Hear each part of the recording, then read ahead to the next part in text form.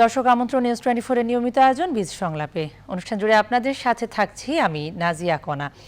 আমরা আলোচনা করব আজকে শিল্প খাতের যে বেহাল দশা সেটি দীর্ঘায়িত হচ্ছে সেই শিরোনামেই। আপনারা জানেন যে আসলে শিল্প খাতে যে বেহাল দশা সেটিকে স্বাভাবিক করতে সরকারও নানামুখী উদ্যোগ নিয়েছে এবং উদ্যোগগুলো নানামুখী নেওয়া হয়েছে। শিল্প মালিকরাও কিন্তু বেসরকারি খাতে যারা আছেন তাদের অফিস কলকারখানাগুলো কিন্তু নিয়মিতভাবেই চালু করেছেন, ব্যাংকও এখন নিয়মিতভাবেই চালু হচ্ছে।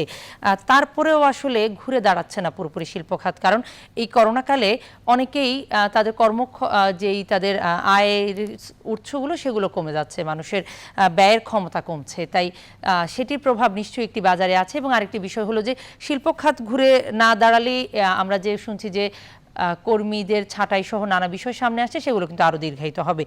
এই বিষয় নিয়ে আলাপ করব, কি করা যায়, কি পরামর্শ, কি চ্যালেঞ্জ আছে, কিভাবে উতরে উঠবো সেই বিষয়ে। এই বিষয়ে কথা বলার জন্য দুজন অতিথি আছেন আমাদের সাথে। আছেন এফবিসিসিআই অর্থাৎ ব্যবসায়ীদের শীর্ষ সংগঠন এফবিসিসিআই দুজন সাবেক সভাপতি আছেন জনাব আব্দুল মাতলুব আহমদ এবং আছেন আব্দুল আউয়াল মিন্টু। আপনাদের দুজনকেই স্বাগত জানাচ্ছি আমাদের আজকের আয়োজনে। দর্শক, আমরা আলোচনায় যাব, তবে তার আগে আজকের দিনের অর্থনৈতিক একটি প্রতিবেদন দেখব।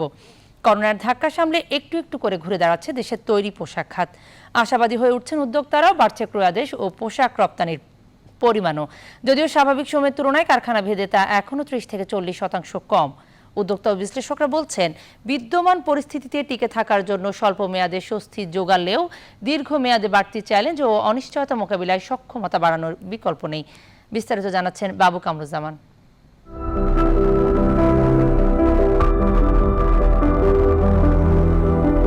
আমাদের গত 2 মাস একটা ভালো এক্সপোর্ট হয়েছে, যেটি আশাব্যঞ্জক। ভবিষ্যতের ক্রয়াদেশের ক্ষেত্রে আমরা ক্রেতাদের কাছে একটি পজিটিভ ইন্ডিকেশন পাচ্ছি।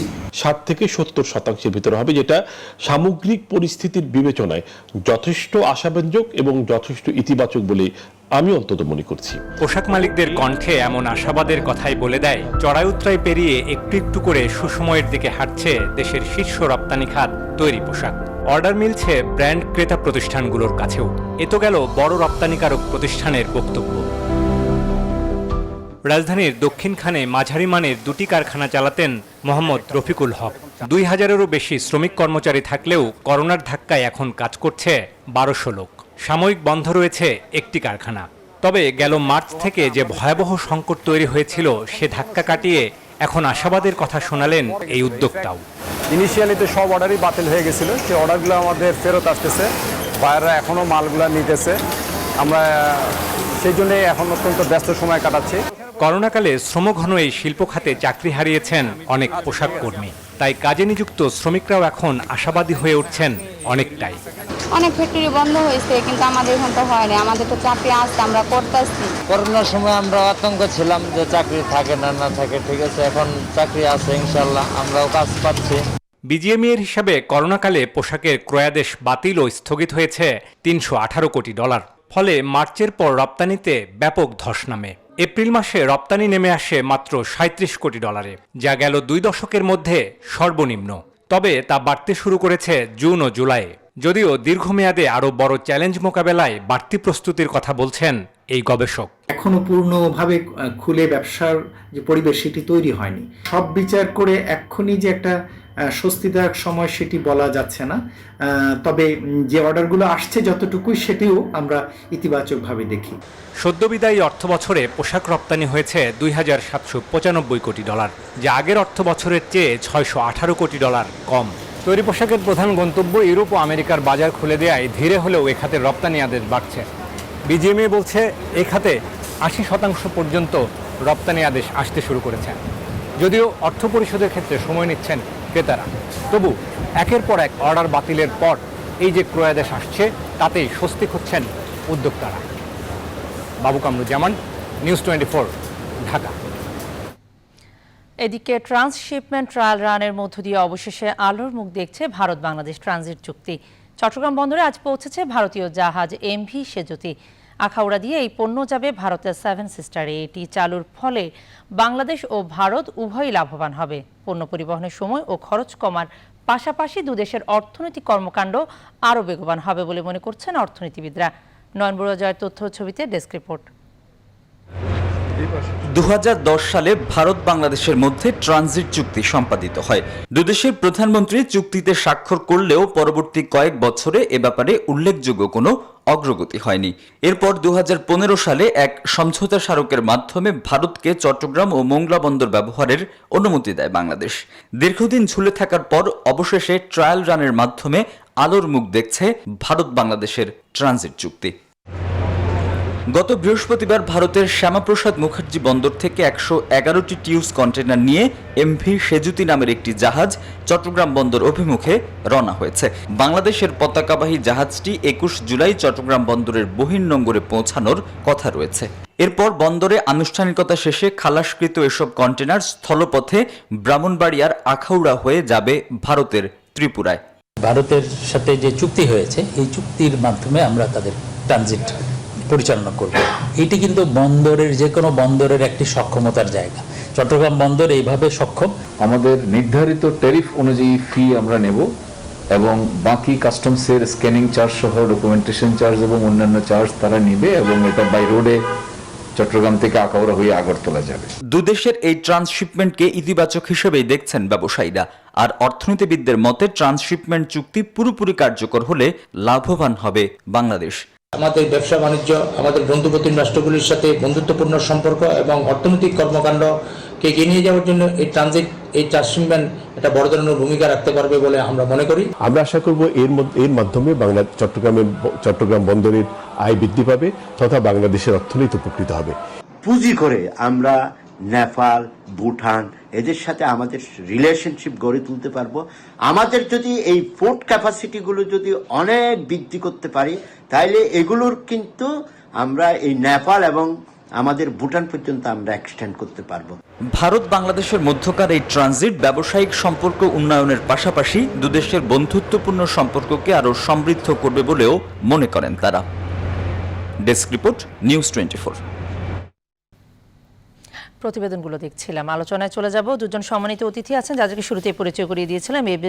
এফবিসিসিআই দুজন সাবেক সভাপতি আব্দুল মাতলুব আহমদ এবং আব্দুল আউল মিন্টু আমাদের সাথে আছেন। আমি শুরুতে আব্দুল মাতলুব আহমদ আপনার কাছে শুরুতে আসতে চাই, যে বিষয়টি জানতে চাই আসলে করোনা পরিস্থিতিতে দেশের ব্যবসা বাণিজ্য তো আমরা দেখলাম যে সচল হয়েছে, কিন্তু সেই অর্থেই কি সচল হয়েছে, অর্থাৎ অর্থনৈতিক কর্মকাণ্ড কি সেভাবে গতি পেয়েছে, কি বলবেন?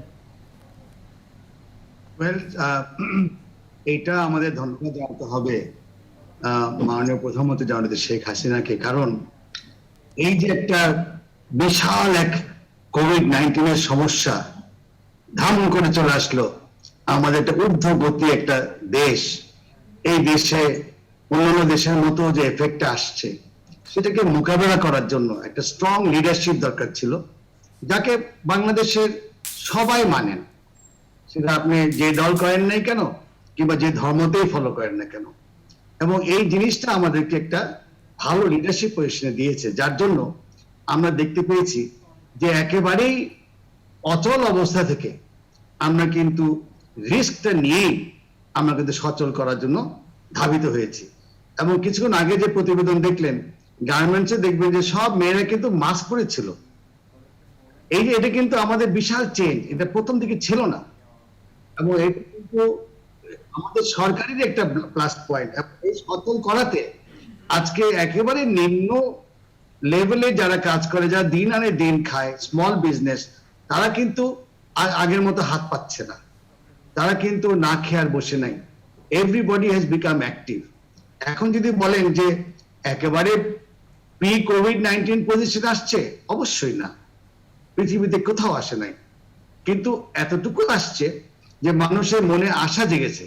যেভাবে ছোট গার্মেন্টস এর অবস্থা দেখলেন, তারাও কিন্তু আশা বুক বেঁধেছে, আর একটা ফ্যাক্টরি বন্ধ, একটা চলছে, সেও কিন্তু বলছে যে না, এখন আমি আশা দেখছি। এই জন্য আমি এইটুকু শর্টে বলবো, সচল হয়েছে এবং আমরা কাঙ্ক্ষিত যে সচল অবস্থা দেখতে চাই সেদিকে আমরা ধাবিত হচ্ছে আপনি মনে করছেন। আব্দুল আউয়াল মিন্টু, আপনি আমাকে শুনতে পাচ্ছেন? আচ্ছা, আপনার কাছে একই বিষয় যেটি আব্দুল মাতলুব আহমদ বললেন যে সচল হচ্ছে এবং আমরা মোটামুটি কাঙ্ক্ষিত লক্ষ্যের দিকেই এগিয়ে যাচ্ছি, আপনারও কি তাই মনে হয় কিনা? প্রথমে যারা এই মহামারীতে করোনাতে মারা গেছে তাদের প্রতি সমবেদনা জানাই, যারা আক্রান্ত তাদের সুস্থতা কামনা করি।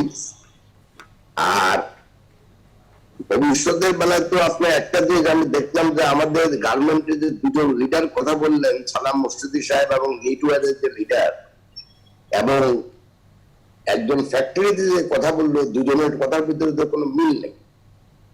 অবশ্যই আশার সঞ্চার তো আমাদের আশা করিনি তো আমরা বেঁচে থাকবো। এখন আমি শুধু এটুকু বলতে চাই, দেখেন আমাদের রপ্তানি শতকরা 80 থেকে 85% হলো গার্মেন্ট।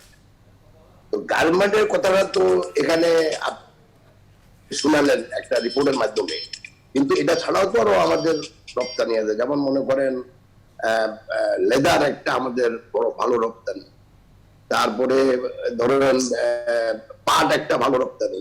কোনোটাই তো ওই জায়গা যায় নাই যেখানে আমরা বলতে পারি যে ভবিষ্যতে খুব ভালো। তবে একটা জিনিস যে চেষ্টা করা হচ্ছে, যেটা মক্তব সাহেব বললেন, এটাতে আমার কোনো দ্বিমত নাই। তবে ওই যে একটা কথা উনি বলছেন যে ধাম করে করোনা আসছে, কারণ করোনার প্রভাব কিন্তু আরম্ভ করছে জানুয়ারি মাসের প্রথম সপ্তাহ, এবং ফেব্রুয়ারির প্রথম সপ্তাহে কিন্তু এটাকে এত সত্ত্বেও বাংলাদেশে একটা 26 তারিখের আগে আমরা এমন কোন পদক্ষেপ নেই বাংলাদেশে তার জন্য করোনার সংক্রমণ কমতে পারে। বরং আমরা দিবস পালন করার পক্ষে এই করোনাকে সংক্রমণ করা রাস্তা করে দিয়ে। 2 নম্বরে উনি আরেকটা কথা বলতেন যে সবকিছু প্রধানমন্ত্রী হচ্ছে এবং সবাই প্রধানমন্ত্রী হিসাবে মানতে পারে, কিন্তু প্রধানমন্ত্রী সব কথা উনি বলবেন, যত সিদ্ধান্ত উনি দিবেন ঠিক না হয় সেটা মানবে এমন তো কোনো ঢালাও কথা, এই ঢালাও কথাগুলো আসলে ভালো জনক্রান্ত। 3 নম্বরে আপনি এখানে যেটা কথা হচ্ছিল, আপনি কি ট্রানজিট দিয়ে আপনি বলতে পারবেন নাকি বলবেন?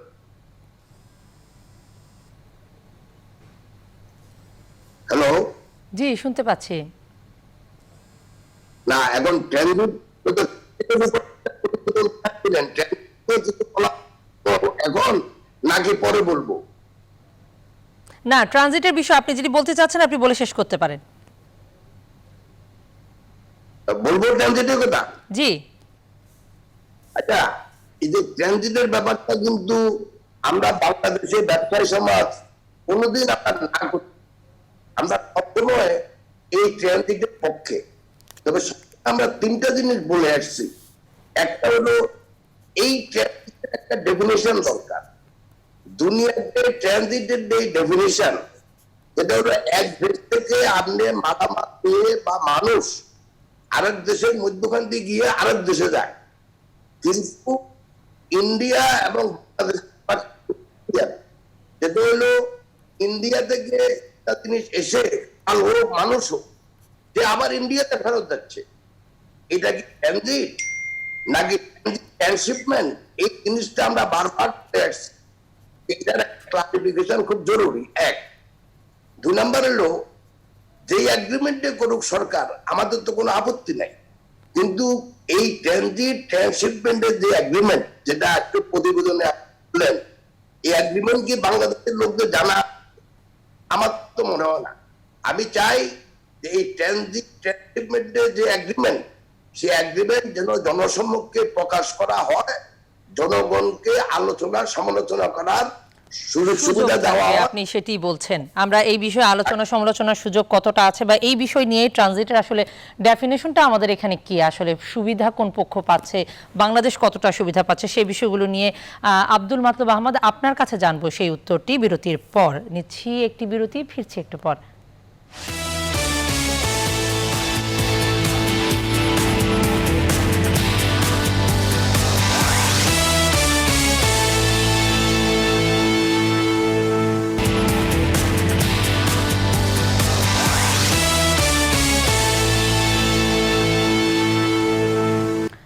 বিরতির পর আরেকবার স্বাগত বীজ সংলাপে। আমাদের সাথে অতিথিরা যুক্ত আছেন জনাব আব্দুল মাতলুব আহমদ এবং আব্দুল আওয়াল মিন্টু। আব্দুল মাতলুব আহমদ, আপনার কাছে যে প্রশ্নটি রেখে বিরতিতে গিয়েছিলাম, যে ট্রানজিট নিয়ে প্রশ্ন উঠিয়েছিলেন আব্দুল আওয়াল মিন্টু, সে বিষয়টিতে কথা বলতে চাই। আসলে এই ট্রানজিটটি কেমন হচ্ছে সেটি সম্পর্কে আসলে দেশের মানুষ কতটা জানেন? এটিতে আসলে বাংলাদেশ এবং ভারতের মধ্যে যে চুক্তিটি হচ্ছে, ট্রানজিট বলি, ট্রান্সশিপমেন্ট বলি, সেখানে আসলে বাংলাদেশ কতটা লাভবান হবে বা হচ্ছে? প্রশ্নটা খুব না, কারণ যেভাবে আসছে, আমি যদি ঠিক বুঝে থাকি, আপনি কি are you talking about the profitability of this business during this time নাকি? Can you repeat? আচ্ছা, যদি তাই হয় আমি এটাই বলবো যে বাংলাদেশের যে পরিস্থিতি এখন আছে, যেভাবে সরকার আমাদেরকে গাইড করেছেন এবং হেলথ রুলস মেনে যে আমাদের এবং শিল্প, আজকে আমাদের অফিসে ঢুকতে গেলে স্যানিটাইজ করতে হয়, হাত ধুতে হয় এবং প্রত্যেকটা মাস্ক পরে প্রত্যেকটা জায়গাতে এই হেলথ যে দেওয়া ঘোষিত সেটা আমরা ফলো করে আল্লাহর রহমতে ভালো রেজাল্ট পাচ্ছি। আব্দুল মাতলুব আহমদ, আপনি আমাকে এখন শুনতে পাচ্ছেন? আপনার আওয়াজ খুব আওয়াজ। আমি প্রশ্নটি আবার একটু করি। আমরা জানছি যে ট্রান্সশিপমেন্টের সুফল কি পাচ্ছি? কিসের সুফল? ট্রান্সশিপমেন্ট, যেটি নিয়ে আমি বিরতির আগেও বলে গিয়েছিলাম। এখন আমি বুঝছি আপনার ট্রান্সশিপমেন্ট ট্রানজিটের ব্যাপারে মিন্টু ভাই কিন্তু খুব সুন্দরভাবে এক্সপ্লেইন করেছেন যে আসলে ভারত টু ভারত ভায়া বাংলাদেশ, এটা কি ট্রানজিট না ট্রান্সশিপমেন্ট? এটা নিয়ে আমি যেহেতু ভারত, আমি এই ভারতের এই ট্রান্সশিপমেন্ট ট্রানজিট যেই বলেন না কেন, এই ব্যবসাটা যাতে বাংলাদেশ করতে পারে তার জন্য কিন্তু আমরা বহুদিন থেকে ক্যাম্পেইন করে আসছি। কারণ বাংলাদেশ, আমাদের আগে আবুল সাহেব যখন দিল্লিতে গিয়েছিলেন সিআইএ প্রোগ্রামে, তখন আমি ছিলাম, উনি তখন ফাইন্যান্স মিনিস্টার বলেছিলেন Bangladesh is a transit country. তার মানে উনি বলতে চাচ্ছেন যে আমরা আমাদের ভৌগোলিক অবস্থান ব্যবহার করে একটা ফরেন কারেন্সির ব্যবস্থা বা লোকাল এমপ্লয়মেন্ট ব্যবস্থা করা যায় কিনা এবং করা উচিত বলে উনি একটা মত। আমি মিন্টু ভাইয়ের কথা এটা বলে রাখি যে অবশ্যই এটা India to India is a special type of transit, it's more transshipment in transit. কিন্তু আমাদের দুটো অপরই আমাদের কাছে খুব অচেনা, কারণ আমরা এটা করিনি এইসব ব্যবসা। আমরা ইউরোপিয়ান স্টেট না যে আমরা আমাদের এক জায়গা থেকে ঘুরে আরেক জায়গায় চলে যাবে। সুইজারল্যান্ড থেকে অনেক দেশে আছে 2 বার সুইজারল্যান্ডে যেতে হয়, তারপরে আরেক দেশ যাওয়া যায়। তো সেই জন্য আমরা রেডি হচ্ছি, এটাকে আমরা ট্রান্সশিপমেন্ট বলি আর ট্রানজিট বলি। আমাদের দেখতে হবে যে বাংলাদেশকে গেইন করছে কিনা, এবং এই নতুন যে মাল্টিমোডাল সিস্টেমটা এখন শুরু, আপনার কি মনে হচ্ছে বাংলাদেশ কি এর মধ্য দিয়ে গেইন করতে পারবে কিনা? অবশ্যই সেটাই আমি আসছি। যদি বাংলাদেশ গেইন না করতো তাহলে আমরা কোনোদিনই বাংলাদেশি হয়ে এটাকে প্রপোজ করতে পারতাম না। কারণ আমি, মিন্টু ভাই, আমরা সবাই কিন্তু আগে বাংলাদেশি, পরে ব্যবসায়ী। এবং এই যে আমাদের যে দেশের ভৌগোলিক অবস্থান, আমরা যদি এই ট্রানজিট করি, যেটা চিটাগং থেকে আসলো, দেখেন কি হয়, জাহাজগুলো আমাদের বাংলাদেশে জাহাজ হতে পারে, মিন্টু ভাবে জাহাজ থাকতে পারে, জাহাজ ব্যবসা উনি আয়াত করতে পারে। এরকম ভাবে দেখেন, জাহাজ আসার পরে আমাদের পোর্ট ইউজ হবে, আমাদের পোর্টে আমরা চার্জ পাবো, আমাদের পোর্টে লেবার ইউজ হবে, সেটা আমরা চার্জ পাবো। তারপর আমাদের গাড়িগুলো যাবে to the land border between Tripura and Bangladesh, সেখানে আমাদের ট্রান্সপোর্ট ইউজ হবে, সেখানে আমরা ব্যবসা পাবো। আমাদের আবার ল্যান্ড বর্ডারে ইউজ হবে, সেখানে আমাদের লেবার ইউজ হবে, এবং প্রত্যেকটা জায়গায় আমরা ফিস পাবো। সেই জন্য আমি মনে করি এই ট্রানজিট ট্রান্সশিপমেন্ট যেটাই বলেন না কেন, ভারত টু ভারত ভায়া বাংলাদেশ যেভাবে আসুক, ট্রান্সমোডাল হচ্ছে, রেলে আসুক বা রোডে আসুক বা রিভারে আসুক, it is beneficial for the country. এবং এই বিষয়টি নিয়ে আব্দুল আউল মিন্টু, আপনার ছোট্ট এক কথার একটি মন্তব্য জেনে আপনার কাছে আরেকটি প্রশ্নে আসতে চাই। সেটি হচ্ছে আপনিও কতটা আসলে লাভজনক মনে করছেন সেটি আগে শুরুতে একটু জানতে চাই, ছোট্ট করে। আমার কথাটা হলো, আমি আগে বলছি যে এই যে লাভ যে আমরা বলতেছি, এটা তো আমরা জানি না আমরা লাভ করতেছি কি লোকসান করতেছি। আমাদের রাস্তা ইউজ করা হচ্ছে, আমাদের রেল লাইন ইউজ করা হচ্ছে, আমরা ফ্রি কত পাচ্ছি সেটা তো আমরা জানি না।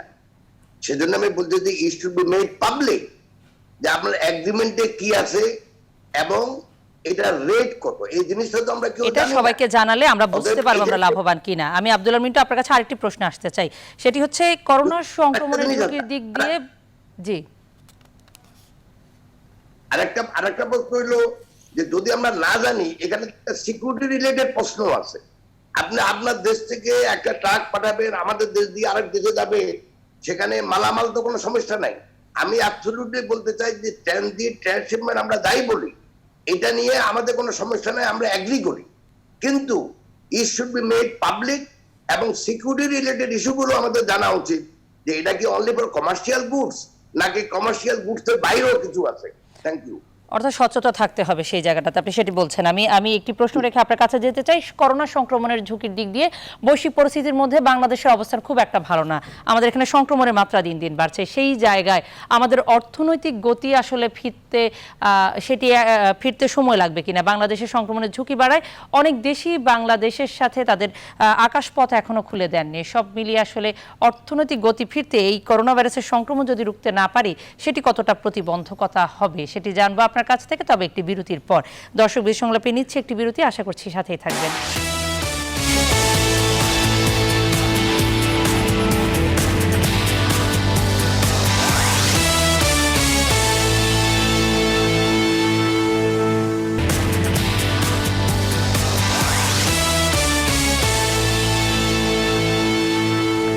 বিরতির পর আরেকবার আমন্ত্রণ বীজ সংলাপে। কথা বলছিলাম শিল্প খাতের বেহাল দশা নিয়ে। আমাদের সাথে অতিথিরা যুক্ত আছেন। আমি আব্দুল মাতলুব আহমদ আপনার কাছে আসছি। এই যে করোনা সংক্রমণ যে বৈশ্বিকভাবে আসলে বৈশ্বিক পরিস্থিতি বিবেচনায় বাংলাদেশে এখনো সর্বোচ্চ ঝুঁকিতে থাকা দেশগুলোর একটি, সেই জায়গা থেকে আসলে অর্থনীতির গতি ফিরতে আরো সময় লাগতে পারে কিনা যতদিন আমরা এই ভাইরাসের সংক্রমণ থেকে রেহাই না পাচ্ছি?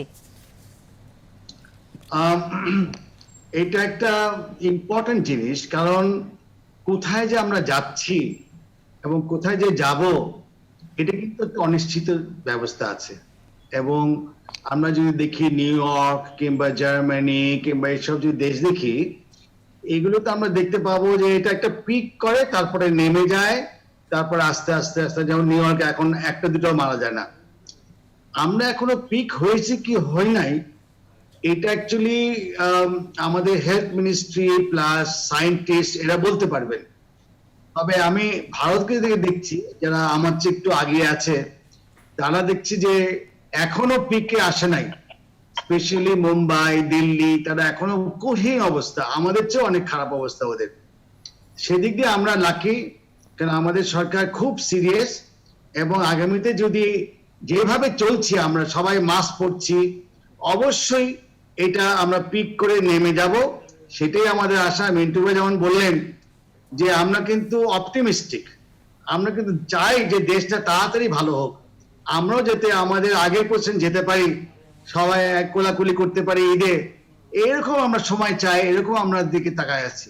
আর সেই জায়গাতে আমি আব্দুল মিন্টুর কাছেও এই প্রশ্নটি নিয়ে আসতে চাই যে আমরা অর্থনৈতিক গতি ফেরাতে হলে তো সংক্রমণকে রুখতে হবে আগে, সেই সংক্রমণ রুখতে আসলে আমরা কতটা কার্যকর?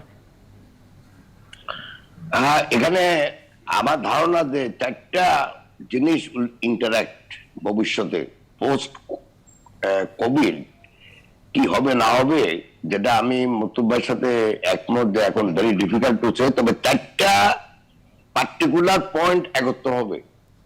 একটা হলো, আমার কেন জানি মনে হচ্ছে যে ওয়ার্ল্ড পলিটিক্স এর একটা রিস্ট্রাকচারিং হতে যাচ্ছে, যে পোস্ট কোভিড এর পরে যে বিশ্ব রাজনীতি যেটা ছিল সেটার একটা বিশাল পরিবর্তন হবে বলে আমার কাছে মনে হচ্ছে। সেই পরিবর্তনের সাথে সাথে ওয়ার্ল্ড আমাদের যে এখন সরবরাহ ব্যবস্থাপনা আছে এক দেশ থেকে আরেক দেশে, সেটারও কিন্তু পরিবর্তন আসতে পারে। তো এই দুটোতেই কিন্তু আমরা হয় ক্ষতিগ্রস্ত হব, না হলে আমরা লাভবান হতে পারি। এই মুহূর্তে খুব বলা যাচ্ছে না যে আমরা কোন দিকে পা বাড়াবো, কোন অবস্থানে আমরা ফিরবো, এটা খুব বলা খুব মুশকিল। তবে একটা জিনিস অবশ্যই আমি শিওর আছি, সেটা হলো যে খুব তাড়াতাড়ি বিশ্ব অর্থনৈতিক যে অবস্থা সেটা পরিবর্তন হবে না। এবং কারণ প্রত্যেক দেশেই কিন্তু বিভিন্ন ধরনের প্রণোদনা প্যাকেজ দিয়ে চাচ্ছে তাদের অর্থনৈতিক ব্যবস্থাকে পুরোপুরি আগের অবস্থা ফিরিয়ে আনতে, কিন্তু ওরাও বুঝতেছে যে এটা এত তাড়াতাড়ি হবে না। এখন ধরুন আমাদের রপ্তানি পোশাক শিল্প, আমরা যাদের কাছে যেসব দেশে রপ্তানি করি সেই দেশে যারা আমাদের রপ্তানিকারক পোশাকের ক্রেতা তারা কিন্তু মিডল ক্লাস। ওইসব দেশে কিন্তু করোনার ফলে মিডল ক্লাস সবচেয়ে বেশি ক্ষতিগ্রস্ত। অতএব এই মিডল ক্লাস বা মধ্যবিত্ত পরিবারগুলা যে তাদের আয় উন্নতি আগের সময় ফিরে আসতে একটু টাইম লাগবে। ওদের যখন এটাতে টাইম লাগবে, আমাদের রপ্তানি আগের জায়গা ফিরে আসতে টাইম লাগবে বলে আমার বিশ্বাস। আপনি মনে করছেন? 2 নম্বর হলো যেমন আমাদের রিমিটেন্স, তাহলে আরেকটা হলো আমাদের রিমিটেন্স। এখন যেসব দেশে আমাদের লোকজন চাকরি করে সেসব দেশের অর্থনৈতিক অবস্থা যদি ভালো না হয় তাড়াতাড়ি, তাহলে কিন্তু আমাদের দেশ থেকে লোক কম যাবে অথবা যারা আছে তারা ফেরত আসবে। অতএব আমাদের রিমিটেন্স কমে যাওয়ার সম্ভাবনা আছে। রেমিটেন্স যখনই কমে যাবে আমাদের কারেন্ট অ্যাকাউন্ট ডেফিসিট বেড়ে যাবে, ব্যালেন্স অফ পেমেন্টের সমস্যা দেখা দিবে।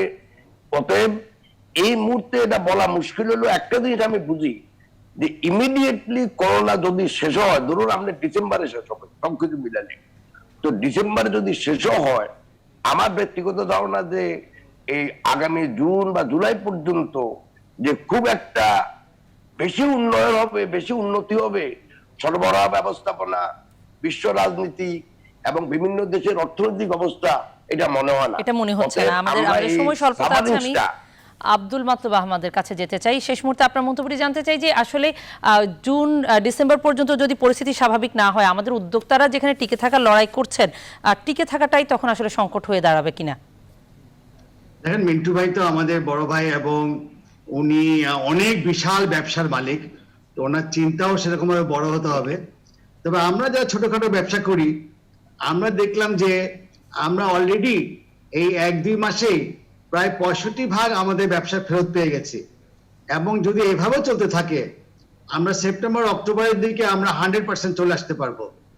এখন আমি যেটা মনে করি যে করোনা যেখানেই থাক না কেন, বাংলাদেশের ব্যবসায়ী শিল্পপতিরা সারা সব বীর, এবং তারা কিন্তু যে কোনো যুদ্ধ মোকাবেলা করতে পারে। আজকে কোভিড মোকাবেলা করেও আমাদের দেশকে আমরা এগিয়ে নিয়ে যেতে পারবো, এটাই আমি মনে করি। আমাদের পলিটিক্যাল স্ট্রাকচার স্ট্রং, আমাদের ইকোনমিক স্ট্রাকচার স্ট্রং, আমাদের ব্যবসায়ী শিল্পপতিরা স্ট্রং। ইনশাআল্লাহ আমরা এগিয়ে যাব ইনশাআল্লাহ। এক কথায় যদি শেষ মন্তব্যটি করেন আব্দুল আউয়াল মিন্টু। শেষ হলো? জি, এক কথা আপনার একটি শেষ মন্তব্য জানতে চাই। ও শেষ মন্তব্য, আচ্ছা। আমি তো আর কিছু বলার না। আমি মনে করি যে করোনার ফলে, করোনা শেষ হওয়ার পরেও আমাদের এই সমস্যা কিন্তু আরো বেশি দিন থাকবে, এবং এটা আমি মনে করি না আগামী বছরের মাঝামাঝি অথবা শেষ পর্যন্ত হয়তো ভালো হতে পারে, কিন্তু এর আগে অবশ্যই আমরা সামনের দিকে এগিয়ে যাব, কিন্তু ওই পর্যায়ে যাব না। এখন এটা তো শুধু ব্যবসায়ীদের ব্যাপার না, বিশ্ব অর্থনৈতিক পরিস্থিতিও আসলে খুব একটা আমরা দেখছি যে মন্দার মধ্যে দিয়ে যাচ্ছে। কতজন ব্যবসায়ী আছে ভাই? আমাদের শেষ করতে হবে, সময় স্বল্পতা আছে। অসংখ্য ধন্যবাদ আব্দুল আউয়াল মিন্টু এবং আব্দুল মাতলুব আহমদ, আপনাদের দুজন বড় শীর্ষ ব্যবসায়ী নেতার কাছে আমরা যেটি জানলাম, আসলে আশাও আছে কিন্তু চ্যালেঞ্জও আছে। সেই চ্যালেঞ্জ আশাকে পুঁজি করে চ্যালেঞ্জগুলোকে মোকাবিলা করেই নিশ্চয়ই আমাদের দেশের অর্থনীতি বিশ্ব অর্থনীতির সাথে তাল মিলিয়ে এগিয়ে যাবে। এই ছিল আজকের আয়োজন। শেষ করছি, আগামী দেখার আমন্ত্রণ রইল।